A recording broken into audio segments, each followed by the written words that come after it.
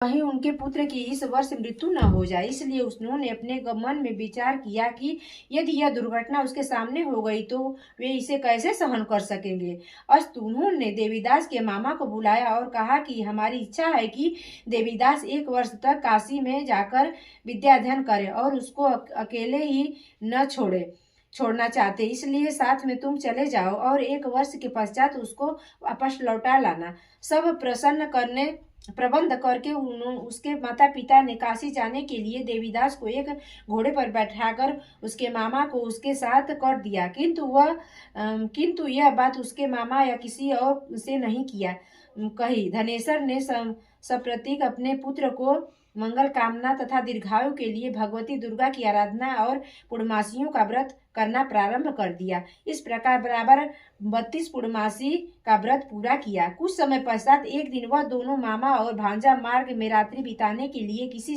ग्राम में ठहरे हुए थे। उस दिन उस गांव में एक ब्राह्मण की अत्यंत सुंदर, सुशील, विदुषी और गुणवती कन्या का विवाह होने वाला था। जिस धर्मशाला के अंदर वह वर और उसकी बारात ठहरी हुई थी, उसी धर्मशाला में देवीदास और उसके मामा भी ठहरे हुए थे। संयोगवश कन्या को तेल आदि चढ़ाकर मंडप आदि का कृत्य किया गया और लग्न के समय वर को धनुवार्त हो गया। अस्तु वर के पिता ने अपने कुटुंबियों से परामर्श करके निश्चय किया कि यह देवीदास मेरे पुत्र जैसा ही सुंदर है, मैं इसके साथ ही लग्न करा दूं और मैं विवाह के अन्य कार्य मेरे लड़के के साथ हो जाएंगे। ऐसा सोचकर वह देवीदास के मामा से जाकर बोला कि तुम थोड़ी देर के लिए अपने भांजे को हमें दे दो, जिसके विवाह व लग्न का वह सब कार्य सुचारू रूप से हो सके। तब उसका मामा कहने लगा कि जो कुछ भी मधु पर्व आदि कन्यादान के समय वर को मिले वह सब हमें दे दिया जाए, तो मेरा भांजा इस बारात का दूल्हा बन जाएगा। यह बात वर के पिता ने स्वीकार कर लेने पर उसके अपना भांजा वर करने को भेज दिया और उसके साथ सब विवाह कार्य रात्रि में विधि पूर्वक संपन्न हो गया।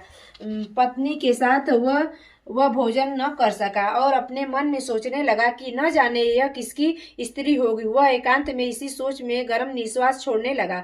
तब उसकी आंखों में आंसू भी आ गए। तब वधू ने पूछा कि क्या बात है, आप इतने उदासीन व दुखी क्यों हो रहे हो। तब उसने सब बातें जो वर के पिता ने उसके मामा में हुई थी उसको बतला दी।